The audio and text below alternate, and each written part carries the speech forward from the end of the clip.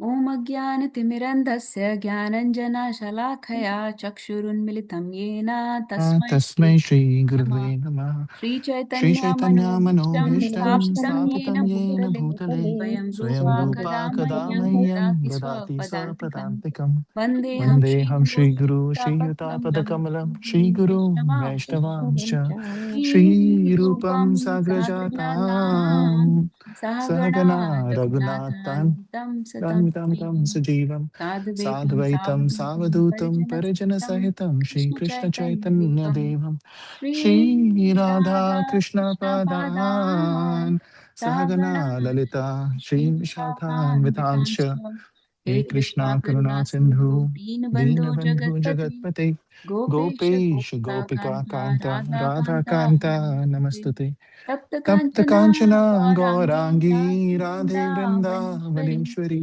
वृषभानुसुते वृषभानुसुते देवी देवी प्रणमामि प्रणमामि हरिप्रिये हरिप्रिये वाञ्छाकल्पतरुभ्यश्च वाञ्छाकल्पतरुभ्यश्च कृपासिन्धुभ्यैव कृपासिन्धुभ्य च एव च पतितानां पतितानां पावनेभ्यो पावनेभ्यो वैष्णवेभ्यो वैष्णवेभ्यो नमो नमो नमः। नमः। जय श्री कृष्ण श्री कृष्ण चैतन्य चैतन्य प्रभु श्री नित्यानंद अद्वैत गदाधर श्रीवासादि शिव गौर सादि गौर भक्तवृंद। मुखं हरे करोति कृष्ण वाचालं पङ्गुं लङ्गायते गिरिं मनोतेजरं यत्कृपातमहं वन्दे यत्कृपातमहं ले श्रीगुरुं शीघ्रदीन पारणं परमानन्दमाधवं परमानन्दमाधवं श्रीकृष्ण श्रीकृष्ण चैतन्य चैतन्यदेवं ईश्वरं गुरुवे गुरुवे गौरचन्द्राय गौरचन्द्राय राधिकाय राधिकाय तदालये कृष्णाय कृष्णाय कृष्णभक्ताय कृष्णभक्ताय तद्भक्ताय तत्भक्ताय नमो नमः। हरे हरे कृष्णा कृष्ण कृष्ण कृष्ण कृष्णा कृष्ण हरे हरे हरे हरे हरे हरे राम राम हरे हरे राम राम राम राम राम हरे हरे हरे। हरे हरे कृष्ण। हरे Krishna. Okay, thank you everyone for joining. So let's get, we have already started chapter 6 last time. It's called Dhyan Yoga. And we just did the first 4 verses, which is actually an overlap from chapter 5, where Krishna is still emphasizing the importance of Karma Yoga. And he is now going into the topic of the Ashtanga Yoga. We discussed about 2 types of devotees, 2 types of spiritualists. One that are very new on this path, that are called, and the one that are very advanced. So, who can tell me what does Krishna call them? The new devotees that are struggling. Arukshu. Yeah, yoga arukshu. And what are the ones that are advanced, that are very pure, elevated souls? Yog Arud. Yoga Arud, right? So Yoga Rukshu and Yoga Arud. Very good, Haribol. So it was said that for Yoga Arukshu people, new people that are, just entering into the spiritual path, it's very difficult for them to control their senses and their mind. So it is recommended that they should continue working, okay, and gradually purify their senses, their mind, their intelligence, their existence. They should gradually acquire knowledge. So they should sharpen their intelligence and slowly control their senses. And in this way, they should continue on the path of Karma Yoga. It is not recommended for them to give up the work. Okay. So, work is the means for them to slowly get elevated. But those that are elevated in yoga, they may follow either path, whatever they desire, okay, whatever way in which they can serve Krishna the best. So, in our movement, in our tradition of ISKCON, we basically say that you should stay situated in such a situation in which you can serve Krishna the best, okay. It may be by working, it may be by not working. And let's say some devotees take sannyas, some stay brahmachari, some stay in their householder life. Very rarely people are recommended to take sannyas. Okay, we discussed all this thing last time.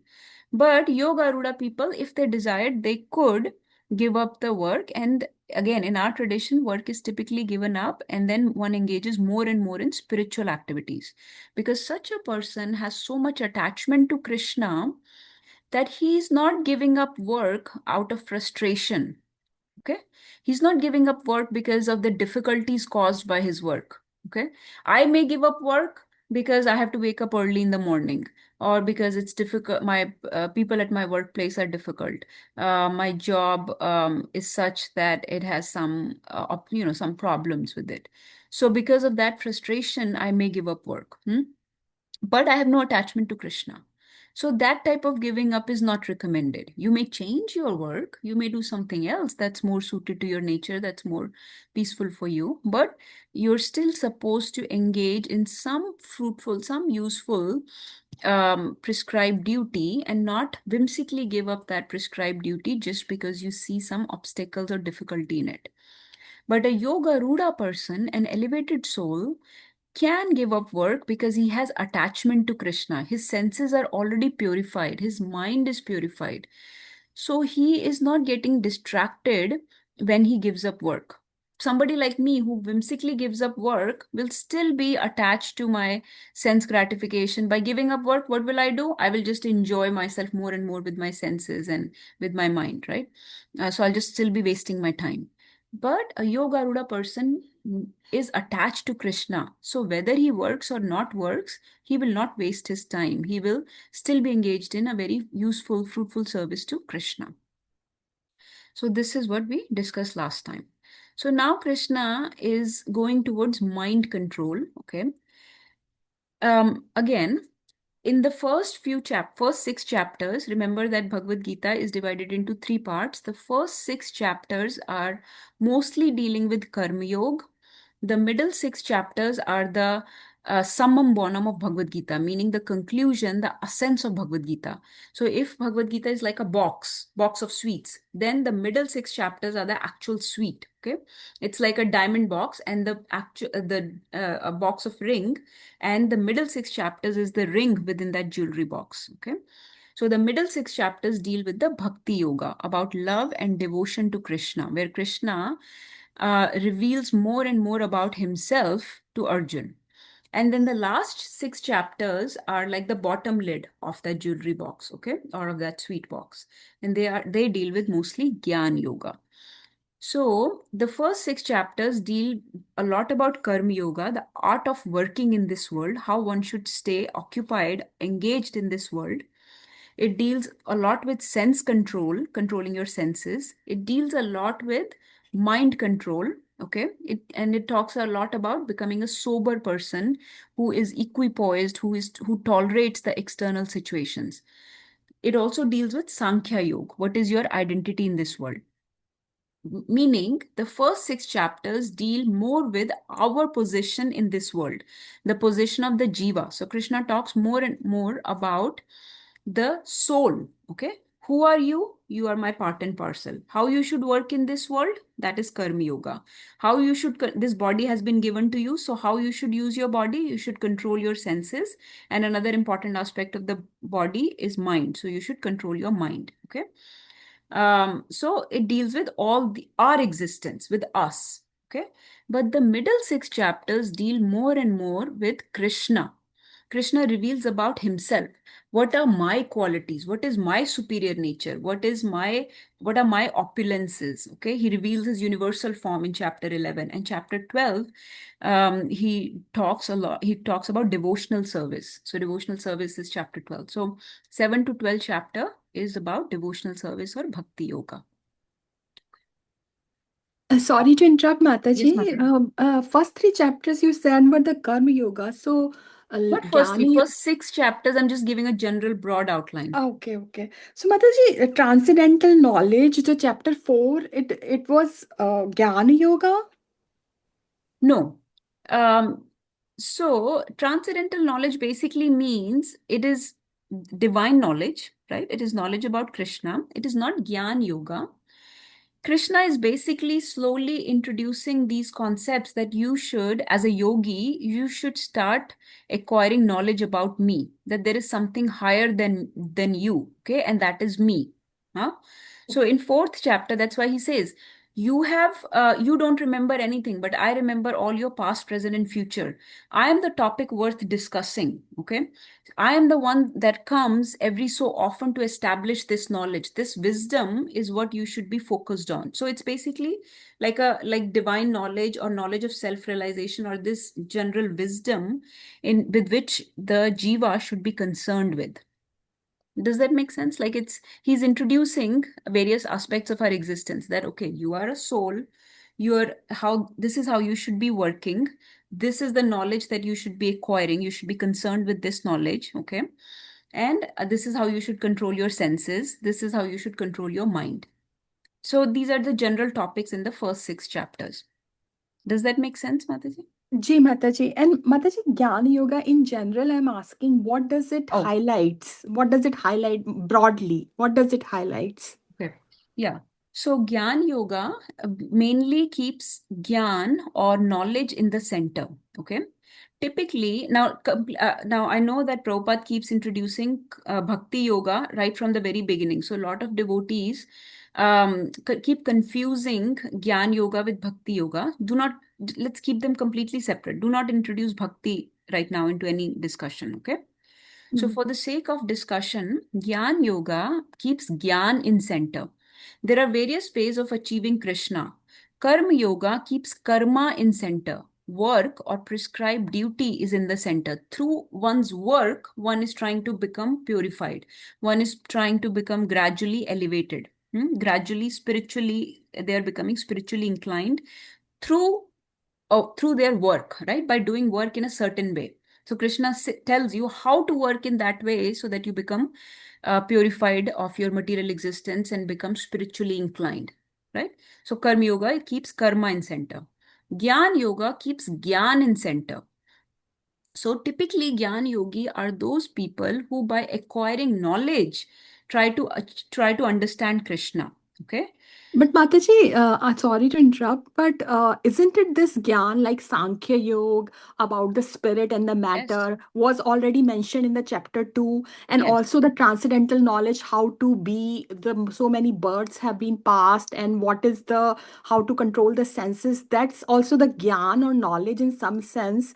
So Yes, that was Mataji. already mentioned in chapter 4. So what does Gyan Yoga specifically? I'm still not able to Yeah, decipher or differentiate. let Yes, me complete Mataji. my discussion.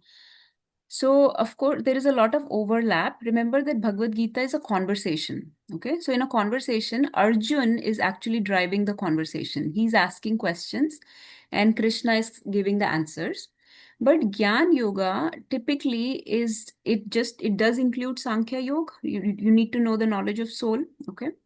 You need to know where you are going. So it does include knowledge of the spiritual world and the knowledge of material world, right? So all that is needed. That is not separate from karma yoga. We have discussed this few times before that you cannot completely divorce them. But Gyan Yoga primarily focuses on Gyan. Somebody is Gyan Yogi when they just by mental speculation, by understanding scriptures, not by engaging in a devotional process, but just by knowledge, they try by mental speculation, by shastrarth, by grammatical understanding of scriptures, by historical context understanding of scriptures, uh, you know, seeing, dissecting every verse in multiple ways, getting multiple understandings of a single verse. So those are called jnani people. They are mainly focused on the gyan or on the knowledge. Okay, their focus is not so much on pleasing Krishna, on satisfying Krishna. Their focus is to understand a spiritual existence through this. It's a very dry path. It's a very, you can say, bland path, which involves a lot of effort. Okay.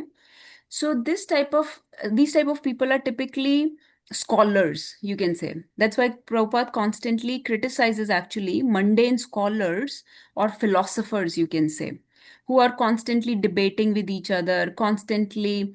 In old times, people used to like engage in shastrarth. They will present different parts of scriptures and present their understanding of scriptures.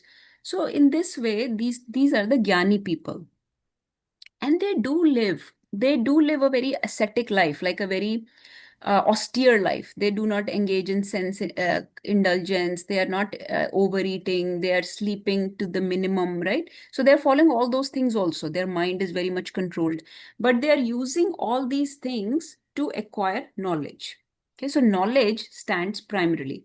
So it is an ascending process. By knowledge, you try to understand the supreme Brahman. These people are not able to go too far. They cannot understand typically the Bhagwan understanding. They cannot understand the um, service to the Lord typically. They do not understand the sentiments typically. They can at the most achieve Paramatma. Okay, so remember there is Brahman, Paramatma, and Bhagwan. Typically, Gyanis are able to achieve Brahman or Paramatma, but they typically are not able to achieve Bhagwan because for Bhagwan understanding, you need love and service. So, love and service does not factor in the Gyan mark. So all these yogas, they are not completely separate from each other. Sense control, mind control, control of anger, control of desires, all these things are common in each path. Understanding that you are the spirit soul will be common in each path, whether it's karma yoga, dhyan yoga, bhakti yoga, gyan yoga. This basic understanding that you are the spirit soul will be common to each path. The basic understanding of controlling your senses, controlling your urges, controlling your desires, controlling your mind and anger, etc., will be common to all the path. Any yogi, whether he's dhyan yogi, karma yogi, gyan yogi, they will have these qualities. Okay, but what is the central path through which they try to achieve self-realization defines them as jnani or karma yogi or bhakta or dhyan yogi or ashtanga yogi. Does that make sense, Mataji? Jai Mataji. Yes. Yeah. Yes. So Thank you, it's not Mataji. like complete separation. It's just a very broad understanding that the first one third of Bhagavad Gita deals with mostly karma yoga, right? But Yeah. of course, the understand other things will be there because in order for us to become a yogi, in order for us to become to understand Krishna, Krishna will start explaining about himself from 7th chapter. So before we understand that, we have to have some grip, some grasp on our senses, some basic control of our senses, mind, and all these urges, etc. Right? We have to have basic understanding that I'm the soul, I'm not body. Right? So these things will go hand in hand. Yes, Mataji. Thank you. And I think Jnana Yoga chapters will make it more clear. Again, those chapters there will be a lot of overlap. Krishna will also bring bhakti in between, right? There will be a lot of overlap. But basically it means is that those people are more focused on a dry sort of detachment from this material world. So they're more focused on detaching from this material world and connecting to the spiritual existence through knowledge only. Okay. Jai Uh, Mataji. Okay, let's start. Oh, we have to do verse 5, sorry, not 6. Let's start from verse 5. So 5 and 6 we'll do together because these are very important verses, okay?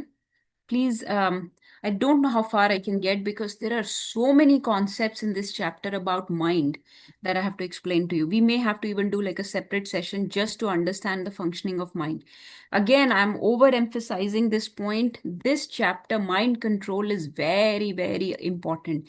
Without controlling mind, we cannot get anywhere, even in our material life, even in our profession, at home, and anywhere in our general dealings with people.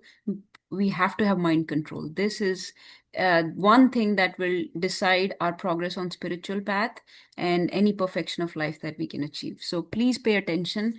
Please try to join each and every class because we'll try to dissect the mind completely. So let's see what Krishna says. 6.5.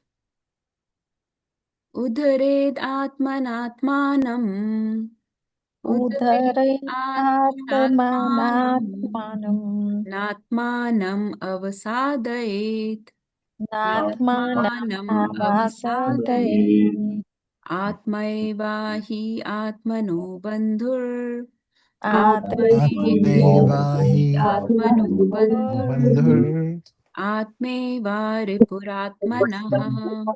आत्मैवा रिपुरात्मनः. Can somebody read this translation? Can read this, Mataji. One must deliver himself with the help of his mind and not degrade himself. The mind is the friend of the conditioned soul and his enemy as well. Okay, let's look at the Sanskrit. Krishna is saying, Uddhared Atmanatmanam. Uddhar means to upgrade yourself, to elevate yourself, okay, to deliver yourself. So here Atma word comes many times. Please look carefully. So sometimes Atma means mind here, and sometimes Atma means soul. Okay. So with the help of mind, the Atma or the soul should deliver itself or elevate itself with the help of mind. Natmanam avasadait. Avasad means to go in this depression or degradation or decline. Don't decline your existence. Don't degrade yourself with this mind. Okay. So with the help of mind, try to uddhar or elevate yourself. Don't degrade yourself with this mind. Okay. Atmeva hi atmano bandhur. Atmano here means soul. So, Bandhur means friend. Who is the friend of this soul? Atma or mind. So, here Atma means mind. So, mind can be friend of the soul. The same mind, Atmeva, that same mind can also be Ripu. Ripu means enemy of the soul. Okay. So, mind can be a friend of the soul, or mind can be the enemy of the soul. And we should try to elevate ourselves with the help of this mind. We should try not to degrade ourselves with this mind, which basically means that mind has a double role. Okay, mind is a untrustworthy friend. Mind is that person who is sometimes our friend, sometimes our enemy, and it is our duty to make mind our friend. Our friend means somebody who is very faithful to us, to the soul. Okay. When we say us, means to the soul. The mind needs to become very, very faithful to the soul. It needs to become a friend of the soul. Then the mind will elevate us. Then with the help of mind, we will become elevated, or uddhar hoga. If the mind stays our enemy, the typical mind of ordinary people, ordinary souls, their typical mind is their enemy. Okay. That's why they keep degrading themselves with their mind. Okay. So, typical tendency of this material world is that when we get this body, the mind that we get is typically our enemy. Because remember, an untrustworthy friend, somebody that you cannot trust, will be your enemy. Let me ask somebody. Let's say I'll ask Pooja Mataji. You have two choices. One is somebody is your declared enemy.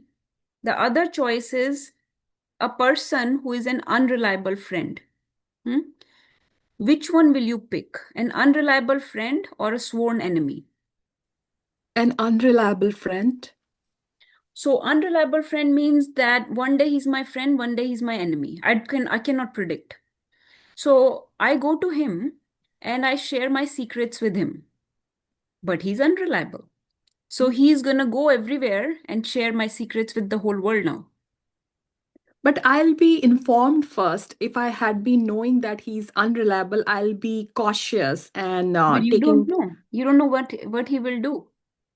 Oh, okay. You do. So you understand? Yes. An ordinary person does not know that mind can be friend or enemy.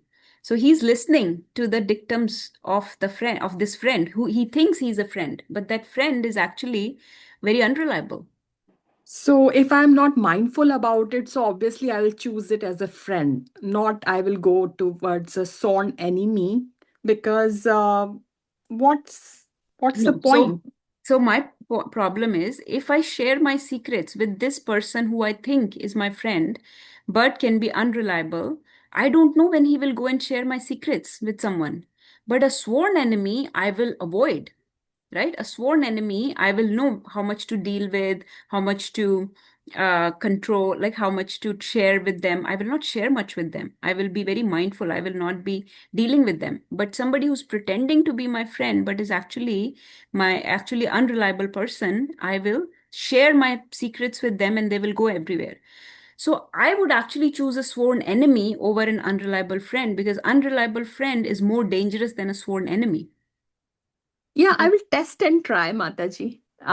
If I know that my friend is not doing good and he's like That is the back problem mouth. that's going on with all the people. They rely on their mind, but ordinary mind is actually not our friend. Okay, ordinary mind is a pretender who's pretending to be our friend and can turn on us anytime. Okay, so we should not put our faith in our mind. Okay, so we have to make it a sworn friend. Otherwise, it is a very unreliable person who will turn on you anytime. So I would rather not deal with such a person. Okay, so we have to understand that mind is very fickle. It is swayed very easily by the dictums of this world, by the dictums of other people, by its own imaginations, by its own emotions and desires, etc. It pollutes the soul. Okay, so it can degrade the soul very quickly. That's why we should not put our faith in an uncontrolled mind. Okay, so typical mind is uncontrolled, tamed mind, and that type of mind we should not put our faith in. So it is a folly to put our faith in an uncontrolled mind. So we'll talk about it more. Let's Mataji, I have a question. Can I ask? yes, go ahead. Mataji, sometimes I don't have very pleasant experience with the people around me or the situations I feel uncomfortable in, and that lingers on in my mind and that troubles sometimes. Hmm. So, what type of relationship do I have that with my mind, as an enemy or as a friend? Because it takes some time to process and resolve that thing. Yes, Mataji. So I will come to it. Is that okay? Yes, sure. Okay. Because there is a lot to discuss. That's why I said hold your horses. We do not understand mind at all. Your answer shows us that we cannot trust our mind, right? We have a lot of mind is, you have, please understand, mind is the reason why we are here in the cycle of birth and death. Okay, mind has led to all the desires, mind has led to all the problems that we perceive in this world. Okay, as I gave this example many times before, an ordinary person goes through the same sufferings, or maybe not even as much as a pure devotee, but pure devotee does not feel those sufferings as much, but an ordinary person feels them. Why does ordinary person feel the sufferings? Why? Because his mind is uncontrolled. So it is the mind that makes him suffer. Hmm? And I'll show you verses and everything. So we'll talk about this. Okay, I will try to solve all our problems through this chapter. Let's do the next verse also, just translation, and then we'll go into the purport. This is a memory verse. I did not include this in our 25 verses because it is difficult to memorize. Some of us here may have memorized it already. So this is very important verse. Bandhuratmatmanastasya Bandhuratmatmanastasya येनात्मेवा आत्मना जितः येनात्मेवा आत्मना जितः अनात्मानस्तु शत्रुत्वे अनात्मानस्तु शत्रुत्वे वर्तेतात्मेव शत्रुवत् वर्तेतात्मेव शत्रुवत्. Let's do it a couple more times. बन्धुरात्मात्मनस्तस्य बन्धुरात्मात्मनस्तस्य येनात्मेवा आत्मना जितः येनात्मेवा आत्मना जितः अनात्मानस्तु शत्रुत्वे अनात्मानस्तु शत्रुत्वे वर्तेतात्मेव शत्रुवत्. Okay, can somebody read this? For him who has conquered the mind is the best of friends, but for one who has failed to do so, his mind will remain the greatest enemy. Okay, so you see, you got your answer. If since our mind is uncontrolled, our mind has become our enemy. The mind will remain the greatest enemy. So most of the people, we are talking about ordinary people, okay? People like us, new spiritualist or just materialistic people. We are not advanced. We are very new to this. So for him who has not conquered his mind, who has failed to do so, the mind will remain the greatest enemy. Okay, and we do not know this, unfortunately, right? Until we come into contact with Bhagavad Gita, with this instruction by Krishna, we did not know that. We were listening to our mind. We were listening to all our thoughts, all our desires, all our emotions very carefully, right? You were paying very close attention to your thoughts and everything that the mind was telling you, because you thought it was your friend, but actually we have uncontrolled mind. So mind is actually our greatest enemy. But for him who has conquered his mind, the mind is best of friends. Okay. Now let's even before, I don't know if we can go beyond these two verses today because there's a lot to understand here. So please pay very close attention if you want to like really get the best out of your life, get the best out of Bhagavad Gita, and understand the functioning of your mind. Okay. So I will start with something very basic, which all of you know. I'm going to tell you two separate principles. Okay. Trying to see where to start from. There's so much to start. Okay.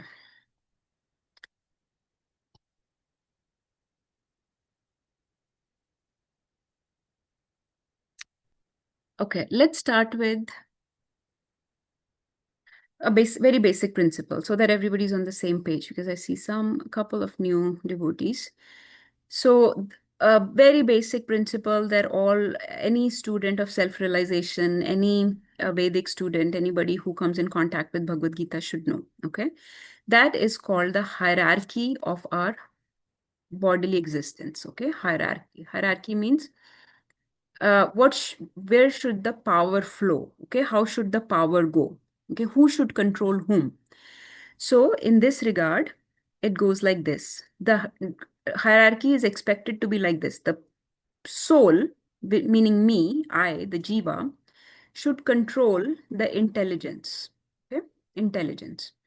The intelligence should control the mind. Okay, please remember, mind is what we're discussing. And the mind should control the senses. Okay, most of you know this. Mind should control the senses. Okay, this should how the power flow. The soul should be the most powerful person. And this is what we are trying to make you through Bhagavad Gita, through this knowledge. We are trying to make you very powerful. Okay, we are trying to make you should be the one in charge. This is how the power should flow. This is how the control should go. Soul should control the intelligence should control the mind, and mind should control the senses. The famous chariot example comes in this regard in one of our Upanishads. According to that chariot example, the soul is the passenger in the chariot. Okay, the soul is the passenger, meaning soul is the most important person. Soul has places to go. Okay, soul wants to go back to Godhead. He is the passenger. Okay, intelligence is the driver. The passenger will tell the driver where to go. Okay, intelligence is the driver. The mind is the reins of the horses. Okay, reins of the horses, or in modern context you can say the steering wheel, let's say. So driver should control the steering wheel or the reins of the horses, and senses are the horses. Okay, senses are the horses, or you can say the car. This is the famous chariot example. So this is how the control should go. The chariot should be controlled like this. Okay, this is how our existence should be. The soul should be most powerful. But what has happened in our existence is a complete reversal of this flow. Okay, complete reversal of this power. The power is flowing in the opposite direction, so that the soul is completely weak and powerless. Okay, soul has no control on anything basically. So the senses are have become the most important. Senses are engaging with the sense objects, like tongue wants to engage with rasgulla. Eyes want to see something, like let's say some bad movie. My ears want to hear some very, hard rock music. So basically, it wants to engage with the objects of this world. So senses are in control. These senses are now controlling the mind. Okay, they are telling the mind, "Hey, we liked rasgulla in the past. Give us more rasgulla." Okay, so the thought will come in the mind, the desire will appear in the mind, that desires and thoughts will come in the mind that yes, I want the rasgulla for my senses, because senses have become his master. Okay, so mind is under the control of senses, and mind controls the intelligence. Remember, reverse flow is going on. So intelligence now starts planning how to arrange this rasgulla. How should I get this rasgulla? Let me make some elaborate plans. There is no restaurant here that provides rasgulla. So where should I go? So elaborate planning will start by the intelligence. And the soul being completely helpless, the main person is just going away here and there, has no control on the situation at all. So this is lack of control. This is the power flowing in the opposite direction completely. And so horses of this chariot are running amok wherever they want, and soul is just going along for the ride. So horses have no idea where to go, right? Soul wanted to go back to Godhead, but horses want to stay in this world, and they're just running around wherever the grass is greener. They're just going to find that grass. They have no concern where the passenger wants to go. So keep this logged in your mind. This is a basic premise to understand everything, other things, okay? Now let's go to the next understanding. I'm just going to give you some principles so that things can become clear. Okay, next principle. So I hope that part is clear. Now next is,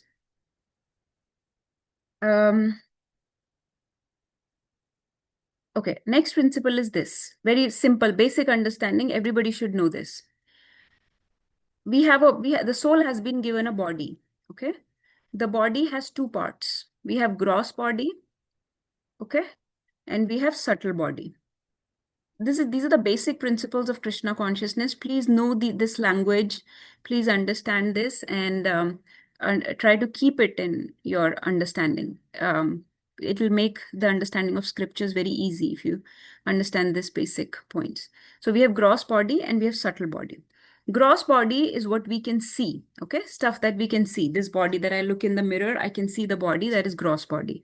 It is made of everything is made, body is made of matter. The whole body, whether gross or subtle, it is made of matter, okay? This is also matter. Subtle body is matter, gross body is also matter, which means everything is made of 5 main elements. What are the 5 main elements? Who knows? Panch Mahabhut, of which this whole world is made of. What is the matter made of? The 5 main elements? Water, Air, fire, water, air, Okay. So earth. you all know this, right? Water, fire, air, earth, ether. Okay. I'm not going into this. This is just the composition of matter. Okay, fine. Just to get the understanding complete, what is the spirit or soul made of? What are the elements of spirit or soul? Just like these are the 5 elements of matter. What are the elements of spirit? Quickly. What is the? Yes, Nagarjuna Prabhu. Hare Krishna. Not sure. Satchitanand? Yes, Sat, Chit, Anand. So knowledge, eternity, and bliss. Sat, Chit, Anand. Krishna is also made of Sat, Chit, Anand. So anything spiritual is Sat, Chit, Anand. Okay, keep this just separate. This has nothing to do with, okay, now coming back to our understanding of gross body and subtle body. So gross body is what I see, okay? This is the main components of this gross body is our senses, okay? I have mentioned many times what are the various senses. You should all know this. There are 10 senses, 5 knowledge acquiring senses, and 5 working senses. So 5 karmendriya and 5 jnanendriya, okay? Knowledge acquiring senses and working senses. Knowledge acquiring senses are most predominant out of these. These are the eyes, ears, nose, tongue, and skin, okay? These are the 5 main sense organs. Okay, I will leave it at that. This is where we mainly concern ourselves with subtle body. Subtle body has 3 main components, okay? It is mind. Intelligence and ego. Yes, perfect. Mind, intelligence, and ego. Man, buddhi, ahankar. Okay, man, buddhi, ahankar. So when we say ego, it typically means false ego. Okay, ego means this understanding that we are the body. Ego thinks that I am this body. Okay, false ego means to think that I am this body, not to understand that I am the spirit soul. Intelligence is where all the discrimination happens, determination happens, planning happens. Okay. Mind is, okay, now go to mind. Okay. This principle is good. Gross body, subtle body. Gross body is made of senses. Subtle body is made of man, buddhi, ahankar. So mind is a component of subtle body. Mind is separate from intelligence. So please don't confuse mind with intelligence. Okay.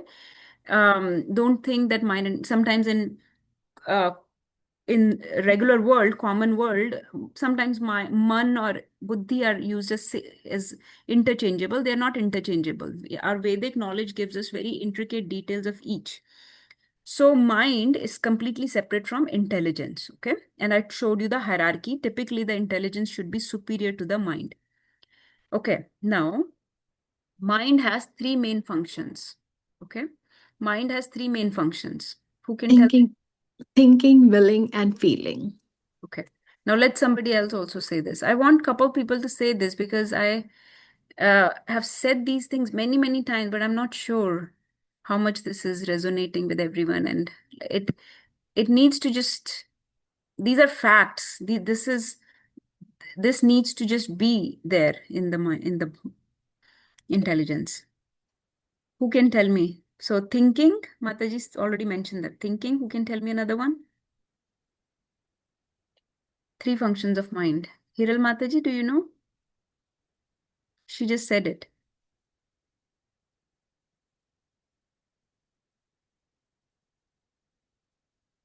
What are the three things mind does? Okay, I'll have to stop because I cannot go further unless we have the basic concepts clear. Mataji, reason. Mataji, Yes, yeah, Prabhu. Give me one. yeah, feeling, Mataji. Feeling. Okay, Jay okay. Mataji Give one. mentioned Feeling. Perfect. thinking, feeling. One Thinking. more thing. Let Hiral Mataji answer. Yes, Mataji. Thinking, Mataji. Thinking, somebody said. We already have it on. Okay, who all is able to see the screen? No, I'm not able to say.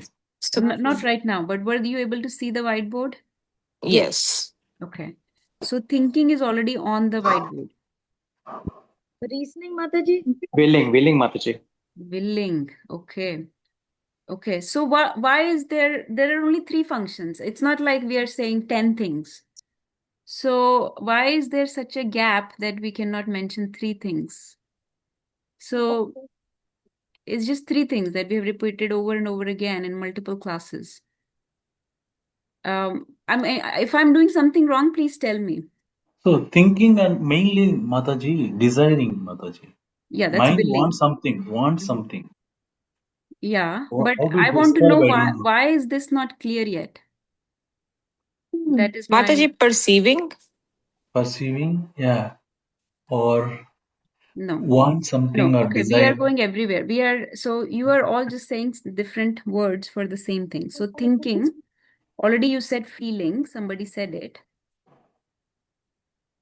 The last is willing, right? What is the product of thinking? Thoughts, right? When you think, thoughts. What is the product of feeling? When you feel something? Emotions. When you feel something, you will get angry, you will cry, right? You will feel sad, you will feel, what would you feel? Other things, happy, joyful, right? So various emotions come from feeling, and willing means various desires will come. Desire. Okay. Look at this screen for a minute or for 20 seconds, and then I'm going to stop the screen, and I need at least 5 people to repeat this for me. Because it is very difficult to go on in the chapter if we are not, it is difficult to implement anything if we don't have the basics right. Look at the screen. Thinking, feeling, and willing. Thinking leads to thoughts, feeling leads to emotions, willing leads to desires. Okay. Okay. At least 3 people need to tell me what was written on the whiteboard just now. Mind. Mind has three Namita functions. Mataji, go ahead. You're saying something. Three main functions: thinking, which leads to thoughts; feeling, which leads to emotions; and then willing, which leads to desires. Perfect. And one more person. Can you please say? Mind, Hare Krishna Mataji. Hare Krishna. Mind, thinking, which leads to thought, and then feelings, which leads to emotions, and then a desire. Yeah, desires or willing. Perfect. Which The leads mind to has these three main functions, okay? Yeah. Because what we have to do is we have to, let's say, so we said mind is the biggest problem, biggest obstacle in our spiritual journey, biggest reason why we are suffering, biggest reason why we are in this cycle of birth and death. So we are fighting against an enemy. If you can't understand how that enemy works, how would you fight against it? That's why we are trying to, that's why this chapter is so important, because mind, uncontrolled mind, is our enemy. We have to understand the strategy of mind. We have to understand how it functions, what is going on. Then only we can battle with it. Please trust me, as soon as you start observing the functions of your mind, you will see, you will start seeing the thoughts and emotions and desires come up in your mind. You will see, oh, my mind is making me think like this. My mind is inserting these emotions against that devotee. My mind is giving me these unfavorable desires to enjoy this thing that is completely unfavorable to my spiritual life. My mind is giving me unnecessary anger against this situation. My mind is giving me fear or anxiety against a particular outcome. So you will start seeing that it is actually all in my mind. It is my mind that is doing everything. Okay. And when you start seeing it, you will be able to control it. That is one of the principles of journaling. Okay. Journaling, when we write down, we are controlling our mind. Journaling is not about other people. It is not about complaining about other people. So and so said this to me, or this happened. No, it is about observing what is going on in my mind, analyzing like a mathematical equation, analyzing the function of mind completely. This is what happened in my mind. Okay, you can give it a name. You can, right now our mind is uncontrolled, right? So you should give it some bad name. Kamsa mama. Kamsa mama is making me feel that Nagarchand Prabhu was hostile to me. Currently, Kamsa mama is telling me that in my job, I should not be satisfied. I need to make more money. Hmm? Currently, Kamsa Mama is telling me that my, I don't know, make up, come up with something, that this particular job will be very um, problematic for me. Okay. So I should be anxious about it. I should be fearful about this situation. My mind is telling me that, or Kamsa Mama is telling me that the test the doctor did yesterday will come back negative. Okay. It is telling me that the test will come back negative. So I should be very fearful that maybe I have cancer. All this is happening in the mind. There is no reality in this. Okay. This is all created by mind. So now let's look at this particular slide and try to understand what is going on. Now you know the three functions of the mind, okay? Thinking, feeling, and willing. Okay? Please, everybody see the slide just for 5 minutes. Pay attention. This will help a lot. Okay? Now we have uncontrolled mind. Please look at the top, this box, the first box. When you have uncontrolled mind, this person will overthink in his mind. He will overcomplicate everything. Okay. He will think a lot. He will make any matters, any situations overly complex. Okay. So uncontrolled mind will make things very, very convoluted. It will tie everything into a knot and make everything very, very complicated. Okay. This is why people have anxiety, because they're overthinking about everything. What somebody said to me, what happened to me, why did this happen, this person said this to me, maybe this was their intention. Overthinking, which has nothing to do with anything. Okay. So uncontrolled mind will make you overthink and overcomplicate matters. What will be the result of that? Now look at second box. It will lead to anxiety. It will lead to fears about imaginary problems. It will create misunderstandings. Okay, at your workplace, with your loved ones, with your friends, it is creating misunderstandings. You are making mountains out of molehills. You must have heard the expression, making mountains out of molehill, creating an imaginary situation, okay, which was not even there. Okay, so this, don't worry about control yet. This is the problem with the uncontrolled mind, and this is the result. This is what happens. Same thing with emotions. We are feeling something, okay? Observe your feelings, okay? Observe your feeling. Somebody said something and you become overly emotional, okay? Like Arjun became overly emotional about this war. So he started perspiring, his hand started shaking, he was suddenly grief stricken, right? And he was unable to function. So you become blinded by excessive emotions. Like anger can blind you, okay? Anger is an emotion, it can blind you. Sometimes too much sentiments about your own people, like about your kids, you get blinded so much. Like Dhritarashtra was blinded to the faults of his kids. He could not see that he needed to discipline them, that they were going on a wrong path. So you become blinded. Difficulty focusing, you become dysfunctional, right? So these emotions become so burdensome that you're not able to do your work properly. You're not able to handle your responsibilities properly. You cannot detach yourself from a situation because your emotions are overwhelming you. Become agitated, intensely overwhelmed, overcome by these emotions. Like Arjun was not able to fight. He had to put down his Gandiv and he sat down on the chariot. So this leads to problems. This emotions are such emotions are useless. They are just materialistic emotions. They are made up by your mind excessively. You're not able to carry out your due diligence, your responsibilities, because you're paying too much value to these emotions that did not need that much value. Okay. And then the third function is willing, meaning some desires came into your head, like senses urged you, I wanted to eat rasgulla. So excessive desires came. Okay. Those desires, mind has a tendency to, if mind is uncontrolled, it has a tendency to enhance everything. Thoughts became overthinking, emotions became over emotional person, over imagination, and now desires also became overly desirous, overly ambitious, very passionate person who needs a lot. He's not never satisfied.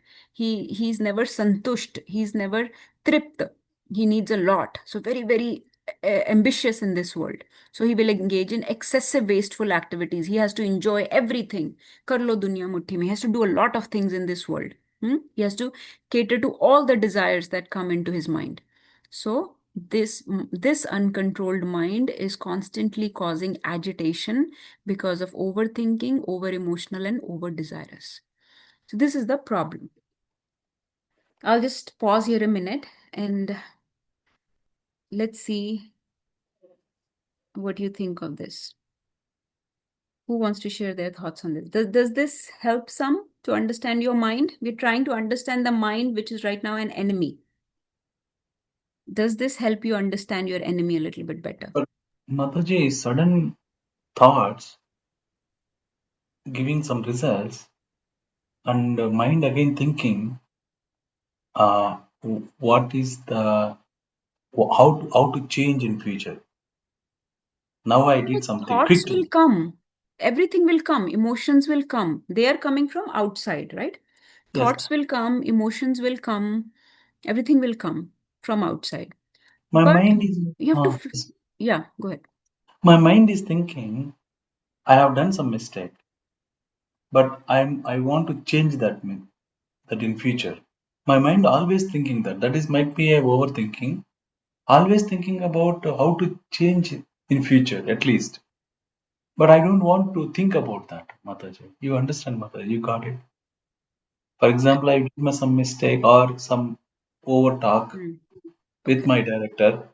Hey, why I did this?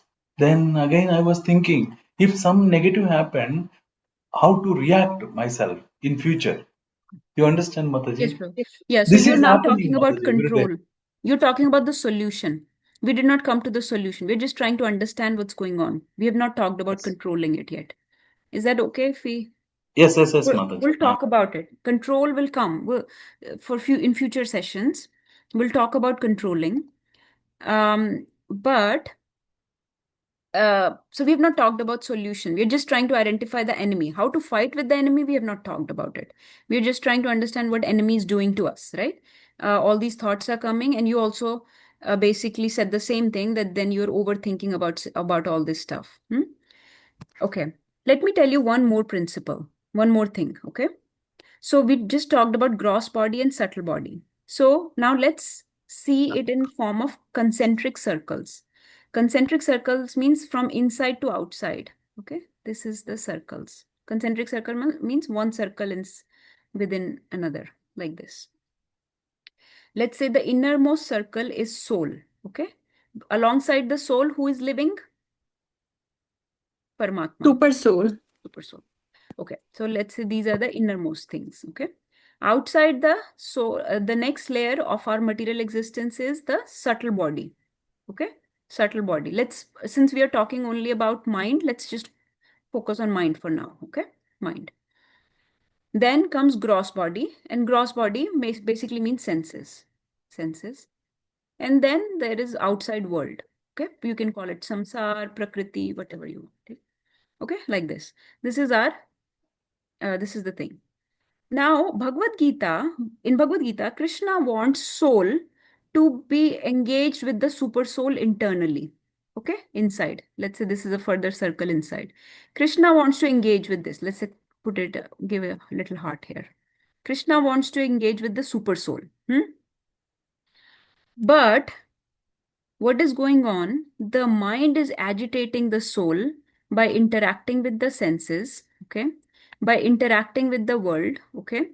So mind is getting pulled to the outside, okay? The senses, remember, senses have made the mind a slave, so senses are constantly pulling on the mind. The world is constantly pulling on the mind through various situations, right? People dealings with people are going on, different circumstances or situations are going on. So mind is busy externally overthinking about these situations. Mind is busy over desiring through these sense objects. Mind is over imagining, right? Mind is becoming over emotional about things. So mind is constantly externally oriented. This is a bahirmukh person. This mind cannot allow the soul to be internally situated on the Paramatma, because it is constantly mind. You can consider between soul and super soul, mind is acting like a um you can say the conduit. Okay, it is what is keeping us connected to this world. So mind is pulling the soul to the externals a lot. What happened with my friends, what happened with my boss, what happened in my job, this situation, that situation. So mind is very much externally oriented, and so soul is always just focused on this external world, goods and bads of this world. It is not able to focus on Paramatma. So how can you chant? How can you focus on Paramatma? Such an agitated soul, how can it become self-realized? How can it follow a spiritual path when it is so much in agitation? So we have to become tranquil, right? We have to become, in future verse, in the next verse that's coming up, Krishna will say, Jitatmana prashantasya. Those that have conquered their mind, they are prashant. Prashant means they are tranquil, they are peaceful. So you cannot, how can you follow a spiritual path? How can you sit down and chant holy names of the Lord? Because you're constantly thinking about what happened at work, what happened with people, because your mind is not focusing on the names, it is just focusing on these externals. So only a tranquil mind can help you on a path of spiritual realization, on self-realization, can help you connect with the super soul. That is another reason why. So this is the main reason why the mind needs to be internally focused and not worry so much about external things. So externally, lot of stimuli will come, lot of stimulus will come in the form of senses will try to make it the slave. They will say, I want this, I want that. So many desires will come. Okay, I want to enjoy this, I want to enjoy that, I want to go here, there, everywhere. Then so many situations will arise in life, because that is the nature of this world. We are situated in the world.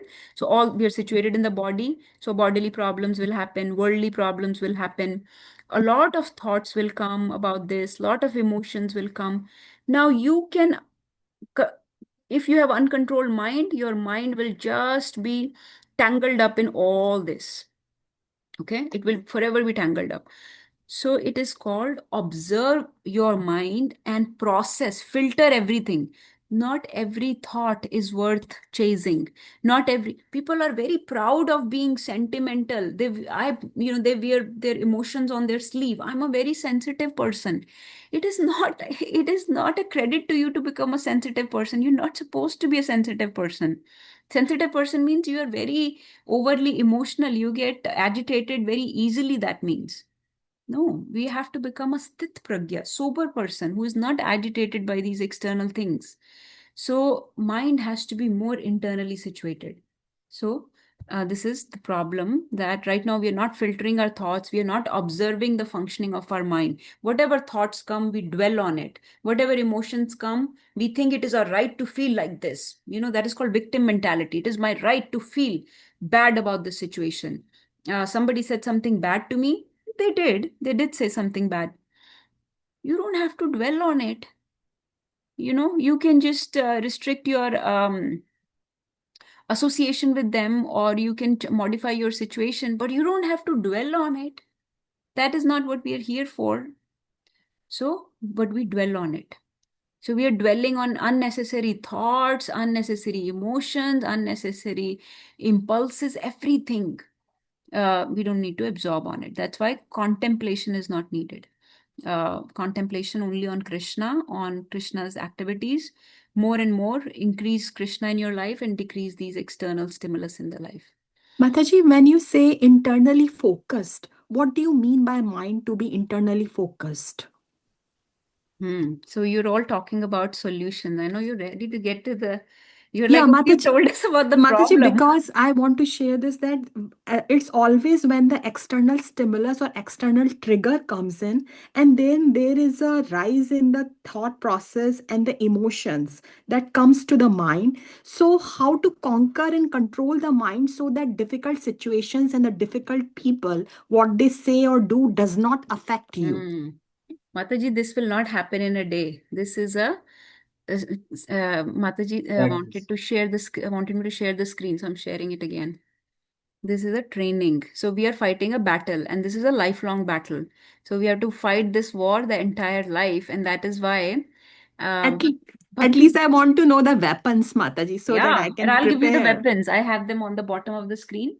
But the one of the disciples of Prabhupada, Bhakti Tirth Maharaj, His Holiness Bhakti Tirth Maharaj, called devotees spiritual warriors. So we are called warriors because we are fighting against this, against mind. You have to train your mind every day. And this is how you control. We'll talk about control, Mataji, but some of the weapons are meditation, scriptures. This is what you're doing, understanding the functioning of mind. You have to filter a lot of things. You have to let go of a lot of things. Journaling helps me personally a lot with it.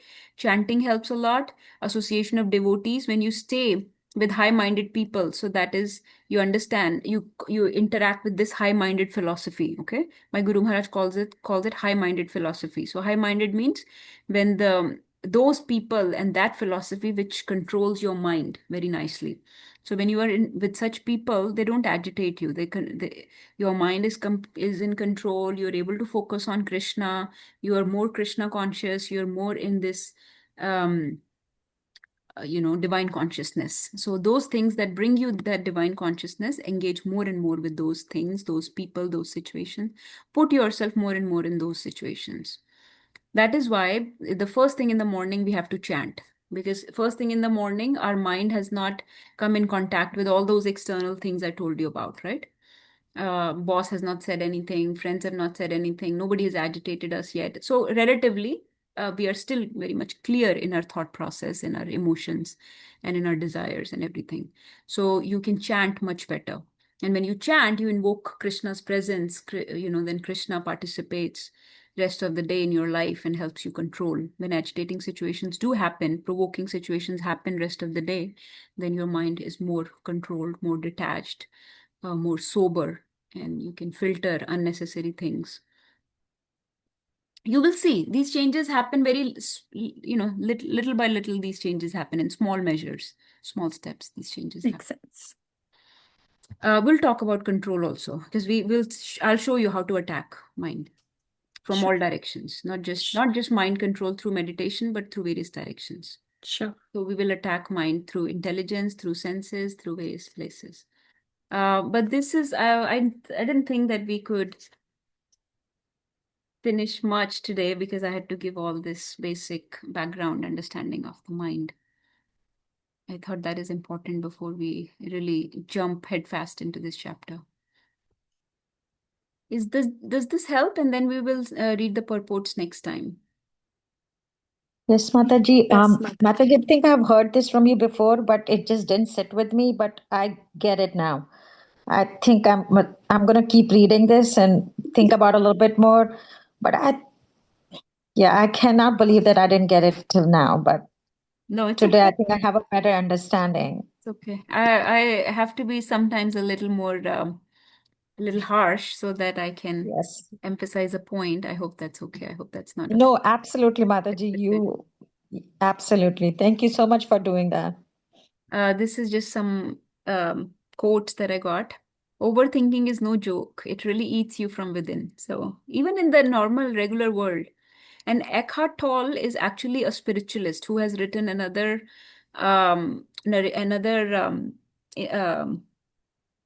what do you call translation of Bhagavad Gita. So he said all problems are illusions of the mind. We will talk about that. All problems arise from the mind. Like I showed you in that last slide, how all problems arise from the mind. I will go into that more. Then some other quotes I found was, a wise man changes his mind, a fool never will. So the purpose of Bhagavad Gita is to become a wise man, right? A sober person, self-realized person, learned person. So we have to change our mind. So changing the mind is good. Okay, changing the mind is good. Some people say that we are very set in our ways. No, purpose of Bhagavad Gita is to change our thinking, change our mindset. Okay, only then we can deal with the illusions of this world.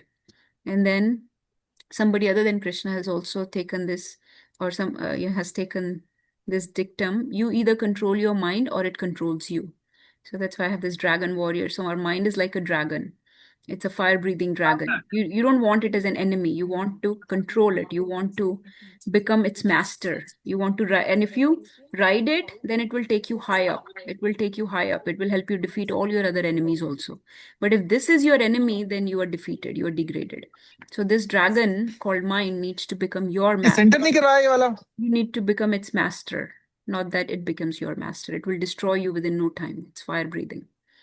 And then this is something Lord Buddha said, the mind is everything. What you think, you become. So I'm just trying to emphasize to you that how important the mind is. You may think I'm small, but I have a universe inside my mind.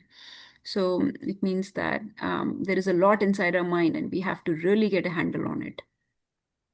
Okay, this aspect will come to the next time. Okay, we'll continue next time. We'll read the purports of these two verses next time. Thank you so much for joining. Any other last minute questions, realizations anybody wants to share? No, Mataji. I already read the last 66, 67, 68. I'm relating that, Mataji.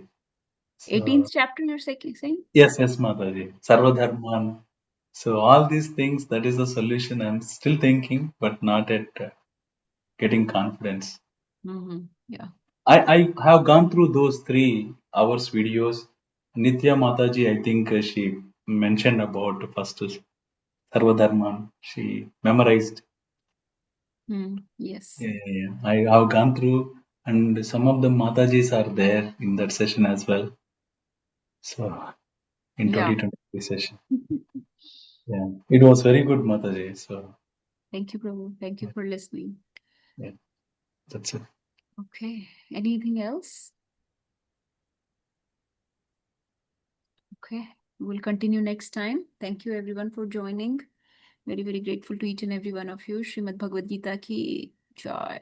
Jai. Prabhupada ki jai. Jai. Vancha Gautarubhishcha Kripa Sindhubhya Vacha Patitanam Patitanam Pavnebhyo Vaishnavyo Namo Namah. Hare Krishna. Hare Krishna. Thank you, Mataji. Hare Krishna. Thank you, Mataji. Thank you. Hare Krishna. Thank you, Mataji.